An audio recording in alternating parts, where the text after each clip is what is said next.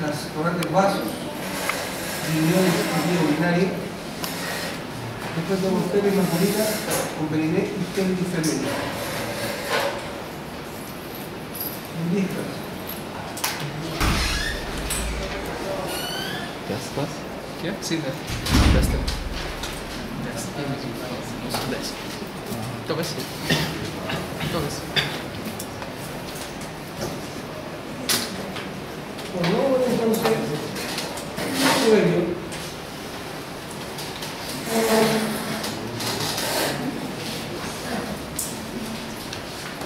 Básicamente, entonces, el cuello se encuentra en un sector o en su sector del cuerpo comprendido entre la cabeza y el tronco. Tiene un límite superior formado por el borde inferior de la mandíbula, gonion, conducto digestivo externo y protuberancia occipital externa. Abajo tenemos la horquilla external, clavícula y la apófisis espinosa de la célula cervical. Un músculo de la región anterolateral del cuello, que es el externo del cuello, va a dividir el cuello en un sector anterior, en un sector lateral o supraclavicular y un sector posterior o bucal. Un hueso que se encuentra prácticamente en el aire, a nivel del de la cuarta vértebra cervical, es el hueso hioide, que tiene entonces un asta menor, un cuerpo, un asta menor, un asta mayor. Prácticamente ese hueso que está a nivel de la cuarta cervical va a tener músculo que le suspende en ese lugar, que son los músculos supraiódeos e infraiódeos. Ustedes saben que la columna cervical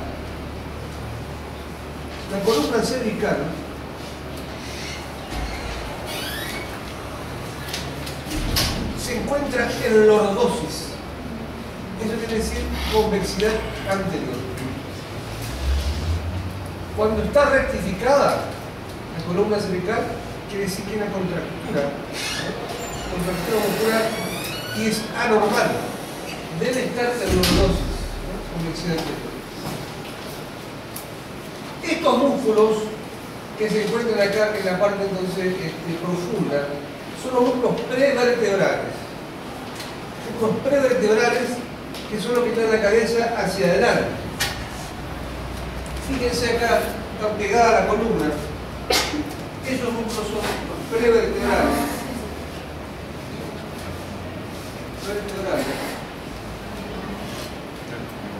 Para hacer estos músculos pequeños que son los rectos, recto anterior menor,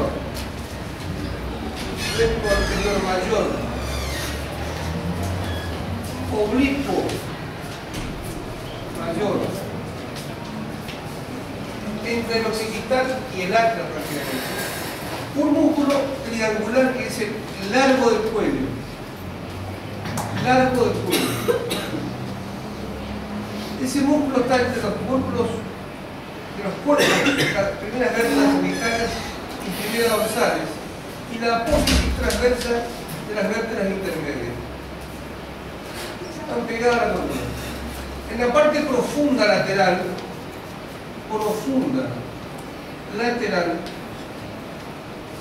vamos a encontrar a los intertransversarios entre la apófisis transversa, intertransversales, y los escanenos. Escaneno anterior, medio y posterior. Son estos. Fíjense ustedes, esos músculos tienen función inspiratorio accesorio. Se encuentran entre la apófisis transversa de la tercera, cuarta, quinta y sexta vértebra cervical y va a la primera costilla, al tubérculo de Lisfranc. En medio, cuarta, quinta y sexta vértebra cervical, la posición transversal, por detrás de la primera costilla, y el posterior va a la segunda costilla. Esto es muy importante porque la primera costilla está escondida en la clavícula, acuérdense la articulación externa postclavicular, y por delante del extremo anterior va a pasar la vena subclavia. El plano venoso se encuentra por delante del plano arterial. Esa vena subclavia va a recibir la yugular interna y forma parte del paquete vascular-nervioso del cuello. Yugular interna, carótida primitiva y neurogástrica. Acá va a desembocar, acuérdense, del lado derecho la gran vena linfática y el lado izquierdo el conducto torácico.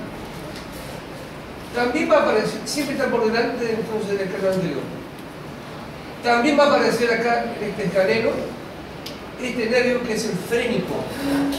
El frénico es un nervio que nace de la tercera, cuarta y quinta vértebra cervical. Aparece en el primer escaleno anterior, va a atravesar entre el plano venoso y arterial y va a atravesar el tórax hasta que llega al diafragma. Y tenemos en el hiatus interescalénico la arteria subclavia y los troncos primarios del plexo braquial. ¿Por qué son músculos inspiradores? Porque si el punto de fijación se encuentra en la apófisis transversa, elevan el vértice del tórax, permiten la entrada de aire. Ustedes se van a dar cuenta de algunas enfermedades que tienen dificultades respiratorias como el asma, la inspiración, la expiración, cómo se contrae estos músculos. Estos músculos son músculos que se desgastan, que se agotan. ¿Sí? Se agotan. El esternocleidomastoideo y los escalenos. Acá vamos a encontrar nosotros la víscera. Las vísceras son la faringe, que se encuentra en la base del cráneo y se va hasta la sexta cervical, de ahí continúa el esófago, y por delante de la faringe, entre cervical 3 y cervical 6, la laringe, continuándose con la tráquea. Por delante de la tráquea vamos a tener nosotros la glándula tiroides y la paratiroides. Y después tenemos los músculos supra e intraioides.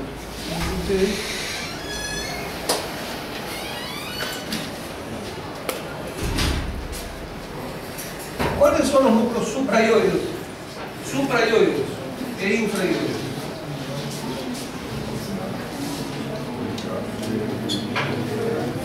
Vamos a los supraioides.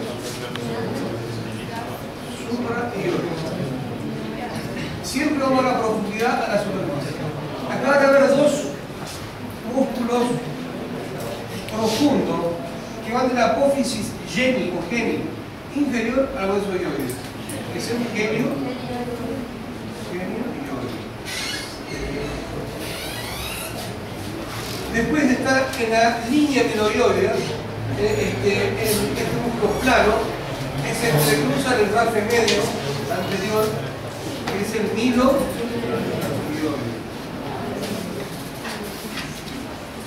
Y más superficialmente, el vientre anterior, bigástrico y el estiloioide.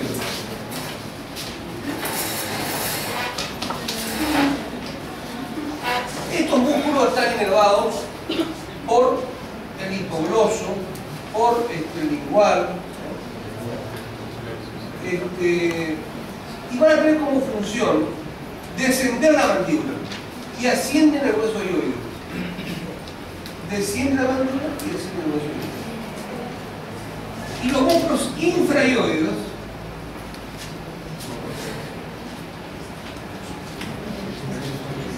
tienen dos planos. Fíjense, este profundo es el esternotiroideo. Va al cartílago tiroides. y el tiroioideo.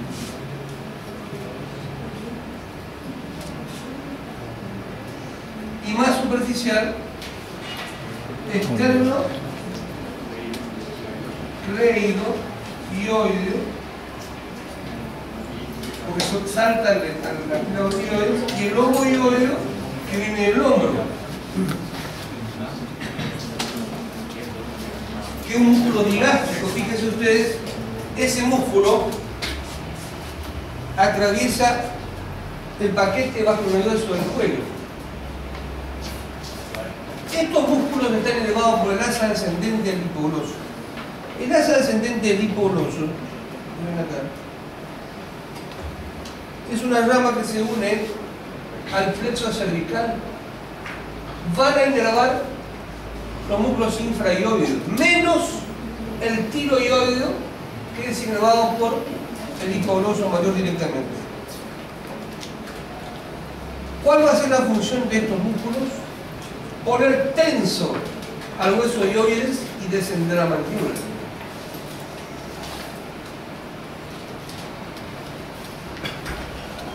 Más superficial, en la región anterolateral, tenemos a este núcleo importante que es el esternocleidomastoideo, que va a dividir anatomoquirúrgicamente el cuello en región anterior y en región lateral o supraclavicular.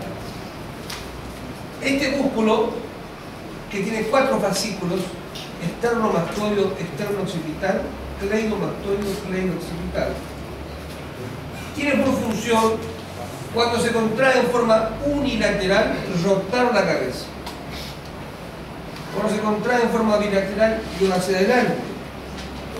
Y cuando el punto de fijación se encuentra en la apófisis mastoide, eleva el vértice del tórax, produciendo la entrada de aire, o sea, un inspirador accesorio. Este músculo es un inspirador accesorio. Y está en un mismo plano que el trapecio. Y la misma aponeurosis de envoltura lo envuelve. ¿Y por qué está inervado? Por el mismo nervio. ¿Cuál es? La espina. El mismo nervio. Quiere decir que tiene la misma capa virológica. Esta región supraclavicular o lateral es una depresión, pero es muy importante porque en la profundidad vamos a encontrar nosotros, por ejemplo, a la arteria. Hola. Sí. Sí. Sí, rápido,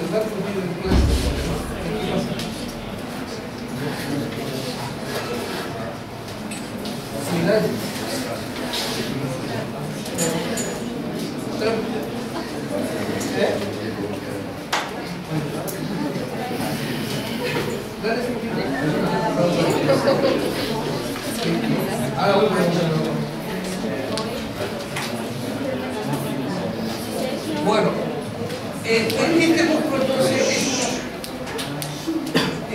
ahora la región está acá, supraclavicular. Va a haber en el vértice, va a aparecer parénquima pulmonar. O sea que el parénquima pulmonar va a superar la clavícula y va a estar en relación con este hueco. Además, en la profundidad vamos a encontrar nosotros la vena subclavea, los escalenos, en el velo anterior medio, y en el hiatus interescalénico al plexo braquial y a la arteria subclavea. También vamos a encontrar acá la desembocadura en el confluente venoso yúgulo subclavio de la gran vena linfática a la derecha o conducto torácico a la izquierda. O sea que este espacio es muy importante, tenerlo en cuenta, y a su vez este espacio, este sector se llama cérvico-torácico, porque es de vecindad entre el tórax y el cuello. Muy importante entonces por los elementos vitales que tiene entonces la parte profunda, ¿no? En la parte posterior, más superficial todavía, tenemos este músculo. Este músculo es el músculo supraponeurótico, también llamado cutáneo del cuello, o platista. Pero este músculo está inervado por este nervio que inerva todos los músculos de la mímica, el séptimo, el facial. En la región posterior vamos a encontrar nosotros 4 planos de músculos. 4 planos de músculos.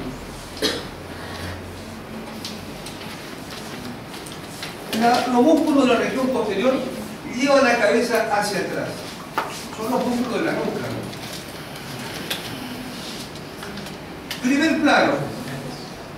Los rectos posteriores menores, recto posterior mayor y oblicuos. También los interespinosos.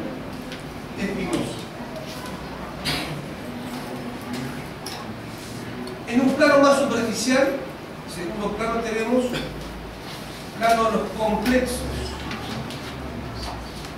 mayor, complexo menor. Y la porción cervical del sacro lumbar. En otro plano más superficial, el angular del omóplato, o sea, de nada, ¿no? El omóplato y el esplenio. Y más superficial todavía tenemos el trapecio.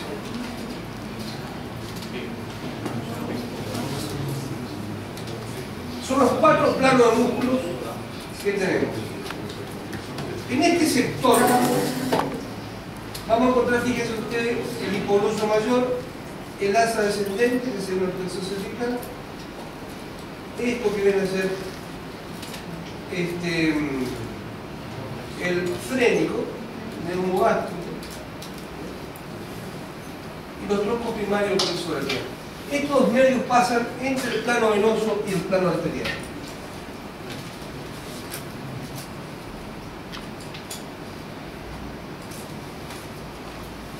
La irrigación.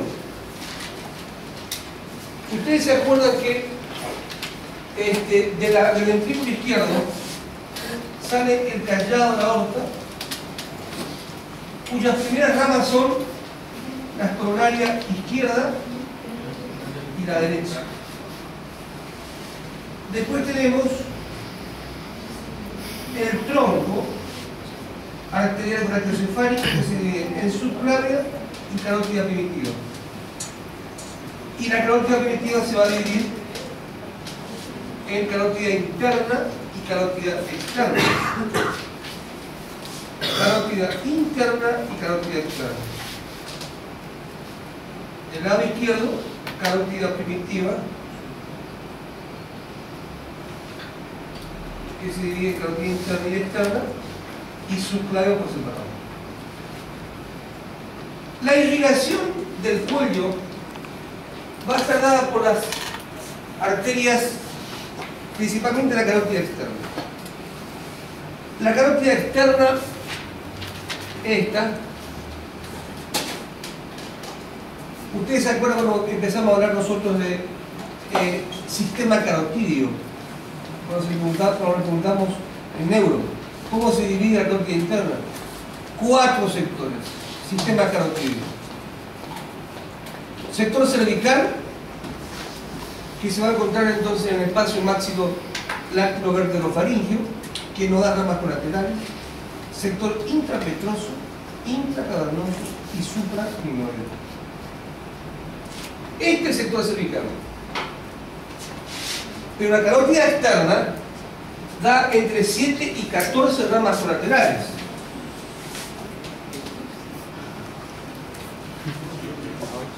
Entre 7 y 14 ramas colaterales. carótida externa. Por ejemplo, la tiroidea superior. Faringe ascendente.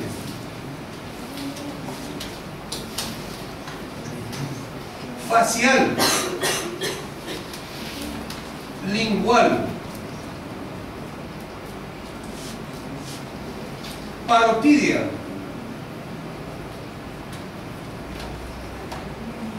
Auricular posterior y occipital. Le doy 7. Ahí tenemos, por ejemplo, nosotros esta, la tiroidea superior, que da una rama que es laringia, que va a entrar por la membrana tiroidea. Esta es la faringe ascendente. Esta la facial, y da 2 ramas terminales. Esta es la auricular posterior y occipital. Da 2 ramas terminales. Temporal superficial y maxilar interna.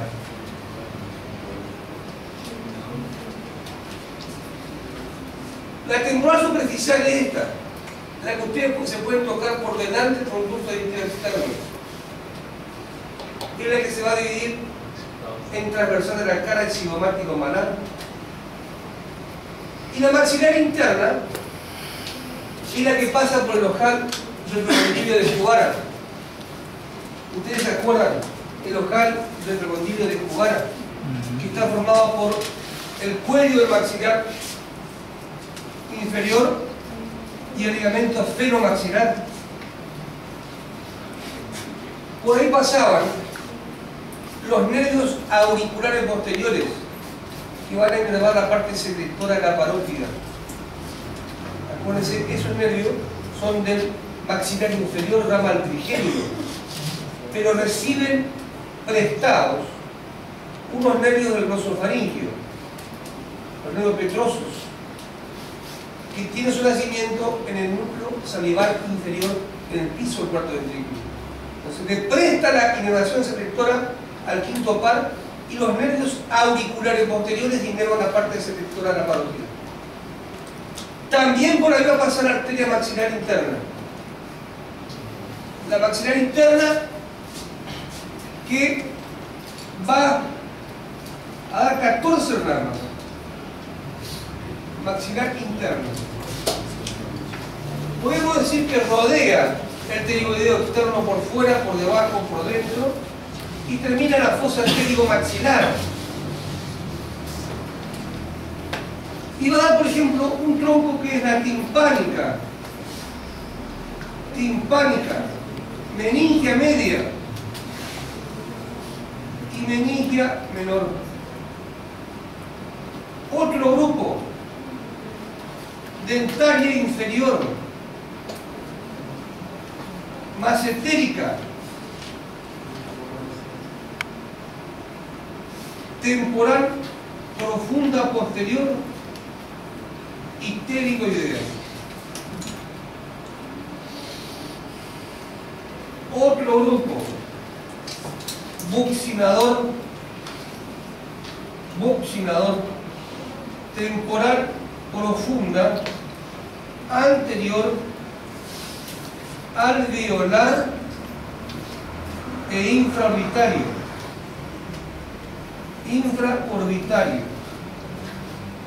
Y por último, palatina descendente,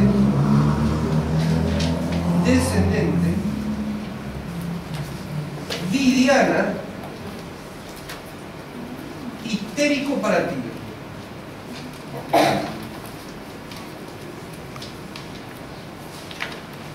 Ahí no sé nada, pero hay 14 ramas. Y meme de matete utialinfa, ¿viste? Esa es la que tengo. Si se acuerdan ustedes. Timpánica, meninge media, meninge menor. Vamos a ver acá. Las arterias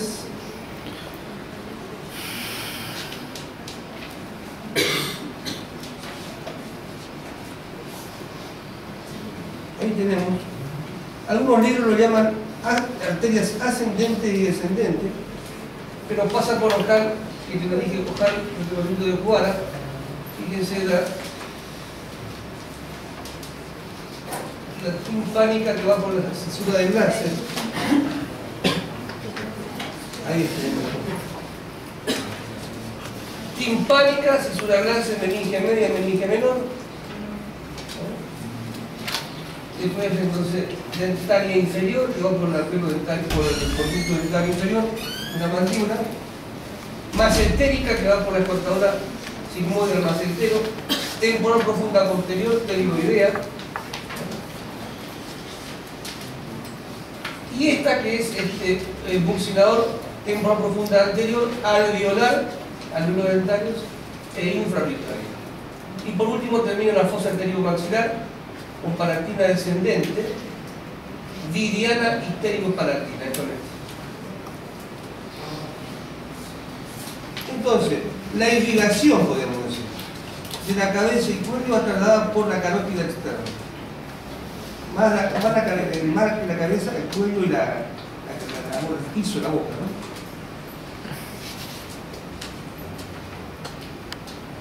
Bueno. También tenemos que ver algunos triángulos.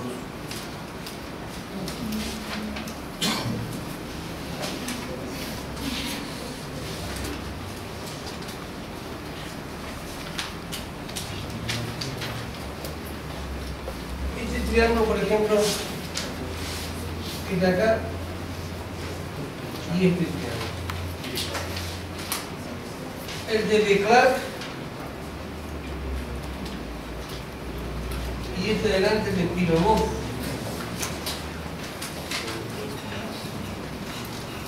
De Clark y Pilogoff. ¿Cómo está formado el de De Clark? Por atrás el músculo iliogloso. Por delante el vientre posterior del digástrico y por abajo el hueso hioides. ¿Qué pasa por acá? El nervio hipogloso mayor. El de Pilogoff, por arriba el hipogloso, por delante el iogloso, el miloioideo, y por debajo el tendón intermedio digástrico o hueso hioides. ¿Qué va a pasar por ahí? Arterias y venas iguales. Y el triángulo de Faraday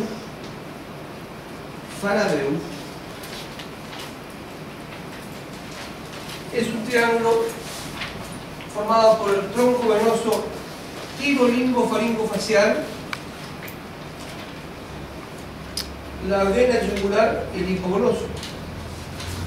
Triángulo de Faraday.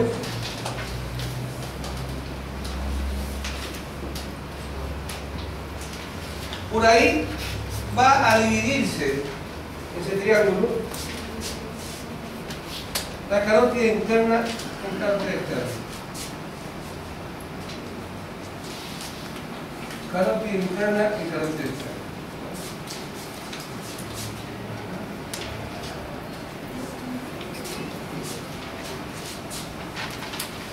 Bueno.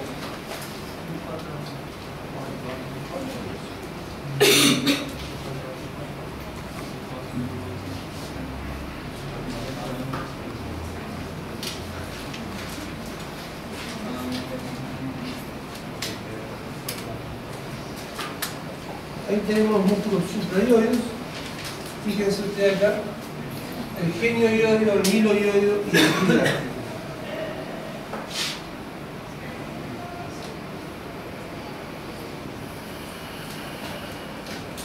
Bueno, por delante, dijimos, de los músculos prevertebrales, vamos a encontrar este tubo músculo membranoso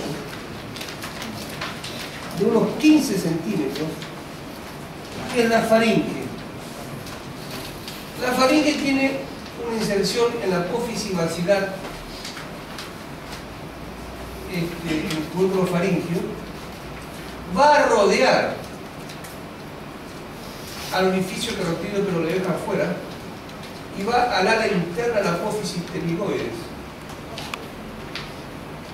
De ahí llega hasta la secta cervical, disminuye el diámetro, 4 centímetros, después llega a 2 centímetros en la unión con el esófago. Como ustedes pueden ver, tiene 3 partes. Una porción que corresponde a la vía aérea, la nasofaringe o rinofaringe. Una porción que corresponde a la boca, bucofaringe, urofaringe. Y la porción laríngea, la faringe, que se encuentra entre cervical 3 y cervical 6. La laringe ya es vía aérea y va a corresponder, ahí están las cuerdas vocales.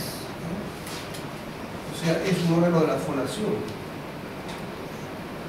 La faringe tiene una mucosa, una porodosis intraesofágica que se fija entonces en la base del cráneo, músculos circulares, 2 capas de músculos circulares y longitudinales, y una fascia perifaringia,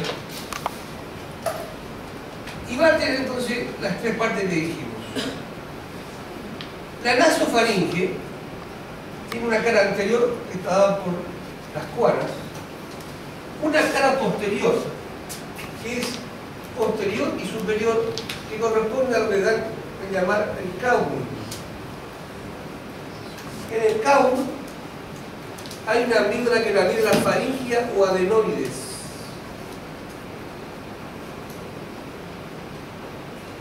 Que cuando se agranda hay problemas respiratorios y voz gangosa, voz nasal podemos decir. Cuando se agranda entonces esta amígdala faringia o adenoides. Pero a los lados vamos a tomar la trompa Eustaquio, que se comunica con la caja del tímpano, o sea, el oído medio. También va a haber una amígdala tubaria. Va a haber también la amígdala palatina, que está a los lados del orificio de la boca, y la amígdala lingual. Todos esos van a formar lo que se llama anillo linfático de Waldeyer.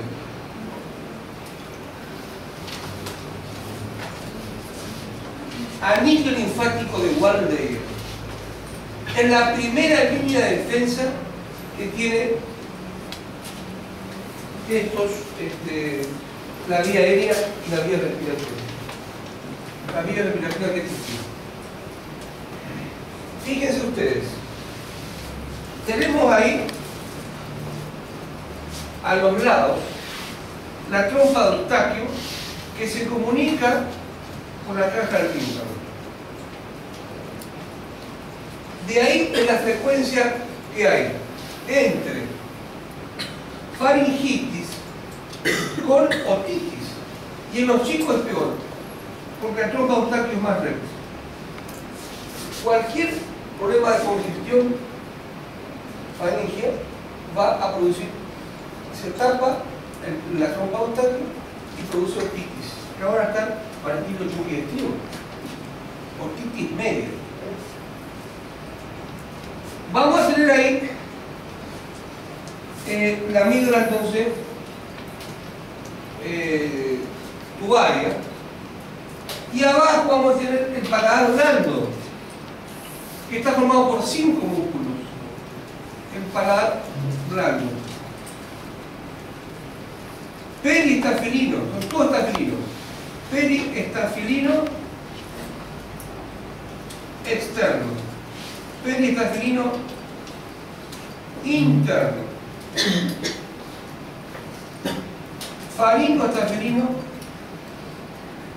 faringoestafilino, palatoestafilino,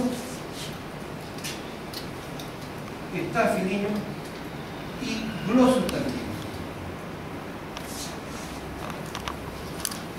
Esos 5 músculos forman el paladar blando. Ya en la orofaringe vamos a encontrar La amígdala palatina, que es la más frecuentemente que se inflama ante cualquier cambio, entonces, el tiempo lo que sea, y la que se infecta. Porque tiene un conducto efector superior, siempre se producen las placas de pus. Y acá va a ver entonces que esas amígdalas palatinas o tónsilas, como se llama tónsilas, están irrigadas por la arteria tonsilar, rama anafacial, que a su vez es rama de la carótida externa, y tiene un pilar anterior que está formado por el glosoestafilino y un pilar posterior formado por el faringoestafilino. Después tenemos más abajo la amígdala lingual. La amígdala lingual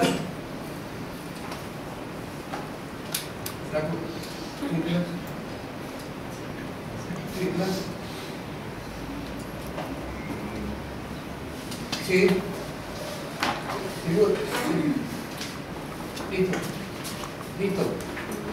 Listo, está, chau. Fíjense, la amígdala lingual, ¿con quién está unida? Con la epiglotis, uno de los cartílagos impares de la laringe. Tenemos nosotros acá el ligamento glosoepiglótico, también llamado fosita la pastilla, porque cuando se toma la pastilla sin agua se tranca. ¿Para qué sirve la epiglotis? La laringe o el eje de la lengua traqueal, cuando tragamos, asciende, entonces se tapa la laringe para que no vaya lo que se traga hacia la vía aérea, vaya la faringe y el esófago. Estos músculos, esta faringe, digo, están formados también por músculos que van a elevar la faringe. ¿Cuáles son los músculos elevadores de la faringe?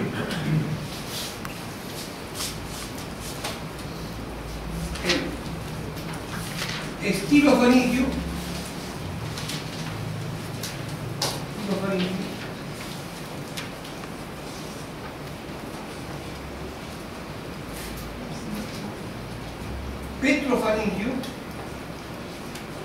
petrofaringio. Petro viene de petrosa, la parte ósea de la trompa dorsal, petrofaringio, y faringoestafilino.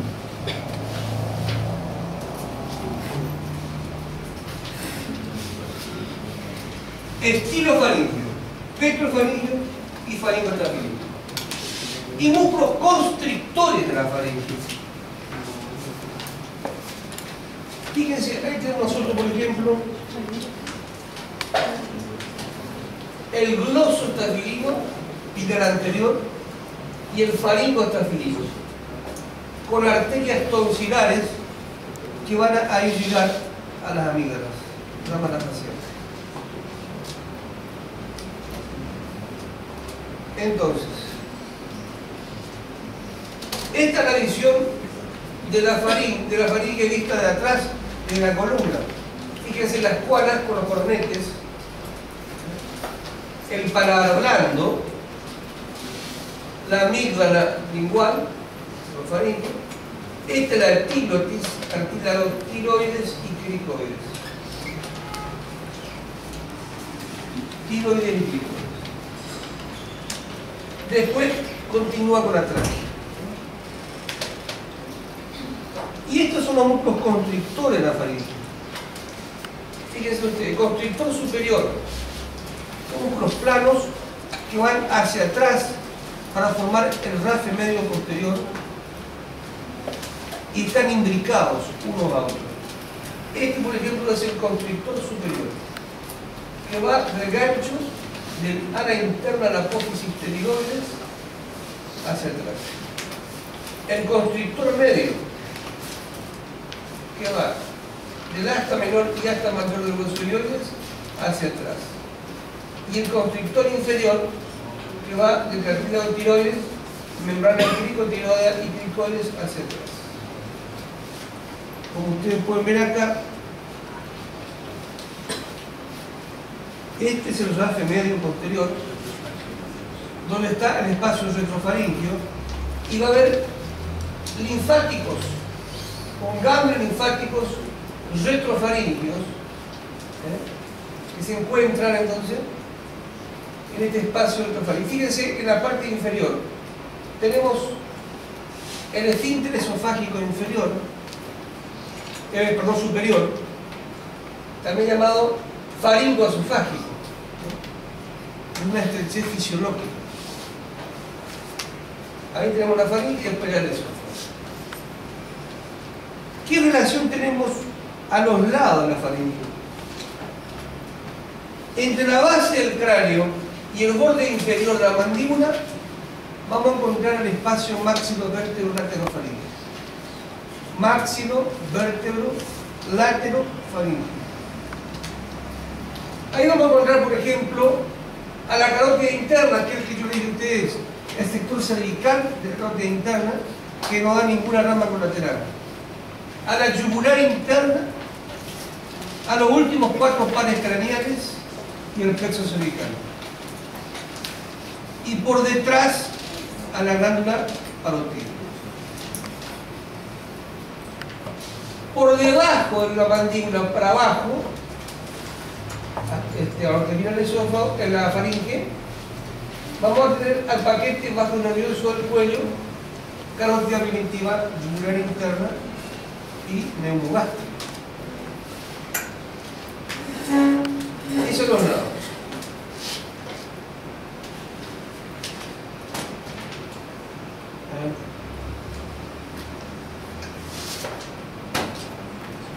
Bueno,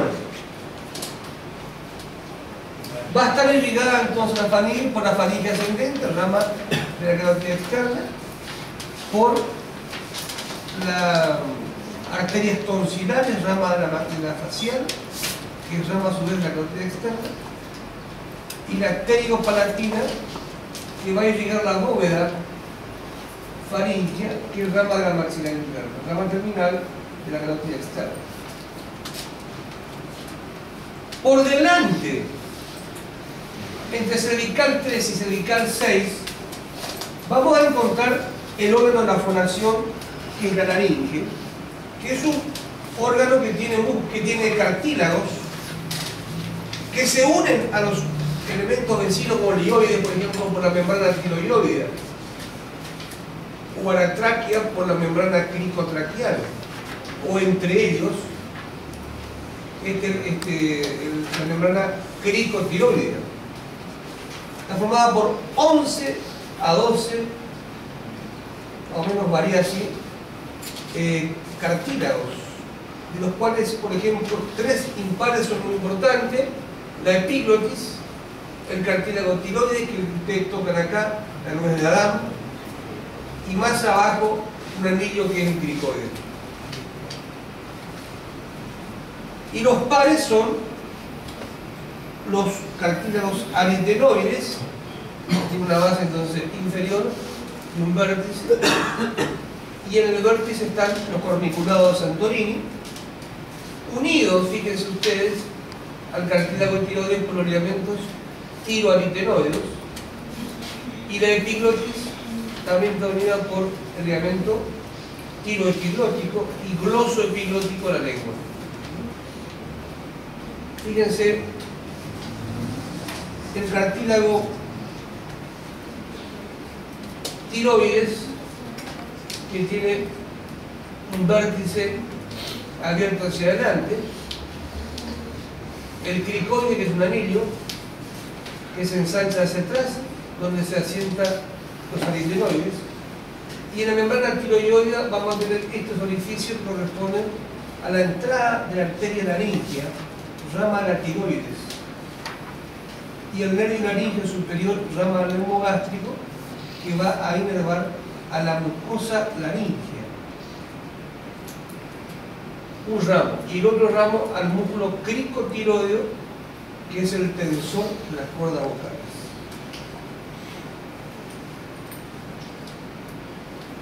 Este órgano van a estar formados por músculos, ligamentos, músculos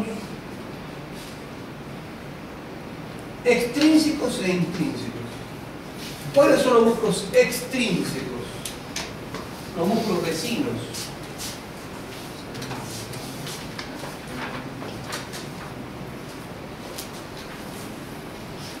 De la laringe. Músculos extrínsecos.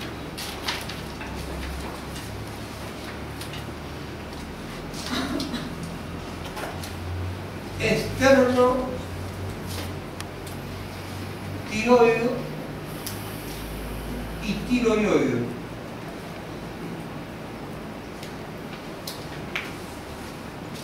El tiroideo, el constrictor inferior de la faringe. Son músculos vecinos. Ahora, los músculos intrínsecos, los que están y son del cartílago, son de la laringe. Uno es este, el crico tiroideo. Este músculo es el tensor de las cuerdas vocales. Después tenemos el crico aritenoideo posterior, dilatador de la glotis. La glotis es el espacio que hay en las cuerdas vocales. Crico aritenoideo lateral, constrictor de la glotis. Son todos pares. Tiro aritenoideo superior, tiro aritenoideo inferior. Son músculos de las cuerdas vocales. Y el aritenoideo, el único impar. Todos estos son constrictores de la glotis. Crico aritenoideo posterior para abajo.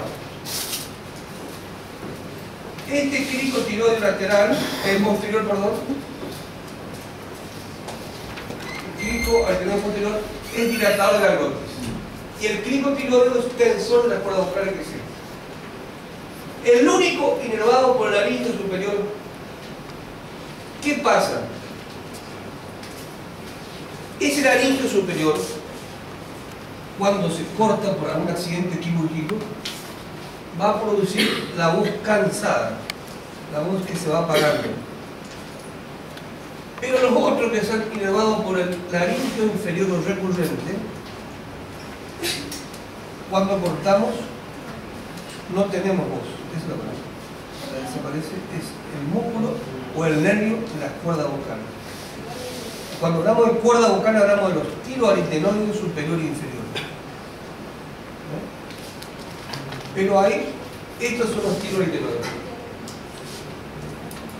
Abren y cierran la glotis. Cuando respiramos, abren. Cuando no respiramos o no hablamos, se cierran. Fíjense ustedes. Estos nervios son los nervios del nervo gástrico. Acuérdense las ramas colaterales en el cuello. Uno es el laringe superior.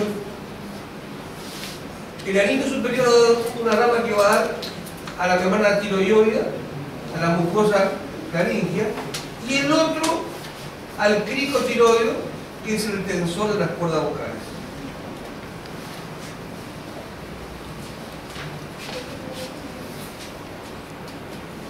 Y la laringe inferior o recurrente, ¿dónde hace la recurrencia? Hace a la derecha por delante la arteria subclavia y a la izquierda por delante la aorta, o sea, en el tórax. Va pegada a la tráquea, ingresa, pero no inerva al crico tiroideo. Ingresa por la membrana cricotiroidea y va a inervar todos los músculos intrínsecos, como por ejemplo el crico aritenoideo posterior, dilatador de la glotis, crico aritenoideo lateral, constrictor de la glotis, tiro aritenoideo superior e inferior, cuerdas vocales, y el aritenoide, el único impacto. Entonces, en materia laringe, ustedes tienen que ser los músculos íntimos. Fíjense acá, el accidente que más se ve es cuando se opera de la tiroides, por algún agrandamiento de la tiroides, o sea, un bocio. ¿Qué pasa? Por atrás pegadito va este nervio que es el laringe inferior recurrente, y arriba está el laringe superior. Si cortamos esto, no tenemos voz. Si cortamos esto, tenemos una voz que se va apagando, menos grave. Por eso que se le hace hablar al paciente en quirófano, no es que se despierte, ¿no? Si no tenemos voz. Esta entonces eran las tiroides. Fíjense ustedes cómo hacen la recurrencia.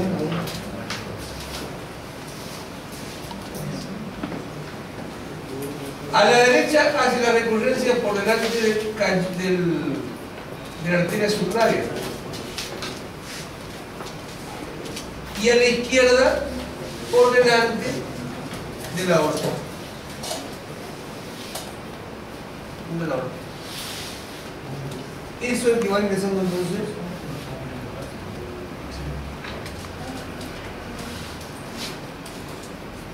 a la laringe. Laringe entonces, tamaño, relaciones, músculos intrínsecos e extrínsecos, inervación. Acuérdense que está irrigada por la arteria tiroidea superior. Yo creo que hay mucha información para ver. Tiene que madurar todo aquello, pero tiene que seguir, ampliar, pero como guía para sacar un apunte, guía de ahí, enfoque. Seguimos con la próxima.